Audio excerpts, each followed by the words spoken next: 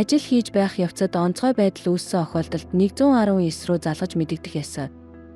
Залгахдаа өвчний байршлыг зөв мэдээлэх хэрэгэ хэрвээ хаягийг мэдэхгүй бол рэр хавийн он барилга юм уу замын нэр, шонгийн дугаар осгоны барилгын нэр, уулын байршил, хурдны замын аних эмдгийг ашиглан мэдээллийг ойр хавьяасаа хайж усан дээрх байршлаа асаах охиргоог хийх хэрэгэ.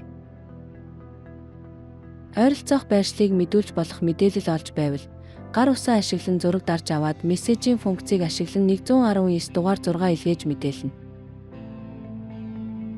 Энэ үед боломжтой бол өвчний биеийн байдлын зургийг ч мөн хам илгээх ба хэрвээ газар дээрх нөхцөл байдлын алаар тодорхой мэдээлэл өгөхийг хүсвэл 119 дугаар видео дуудлага хийж болно.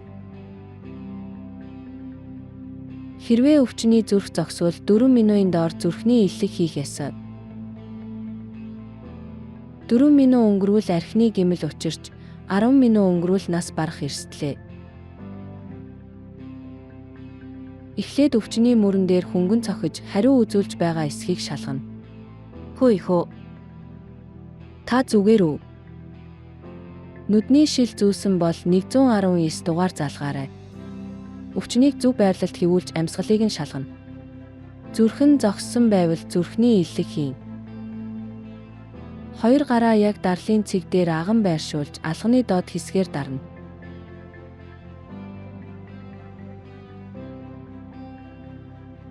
Энэ үед хогоо шулуун байлгаж, авсмийн гүнийг минутанд 100-120 удаа хүчээ бөгөөд хурдан дарна.